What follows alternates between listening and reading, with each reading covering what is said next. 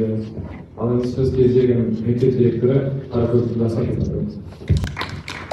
Біздің балаларымыз тек қана техникалық жағынан емес, рухани жағынан да дамыса екен деп ойлаймыз. Осы жерде мысалы балаларға сондықтан өлең жаттау миды шынықтырудың бір әдісі. Соның да тәрбиелік мәні зор болды.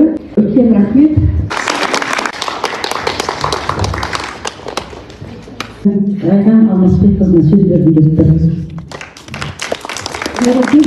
құрметті ұстаздар және ұстаздарымызды енді біздің Назарбаев мектептерінің бір жақсы жобасы бар, замандастар жырлары деген. Жұлдыз Асқарқызы, ғазал жырларымызды сүйіп тыңдар шәкірттеріміз көп болсын. Шақырғандарыңыз үшін алғысымды білдіремін.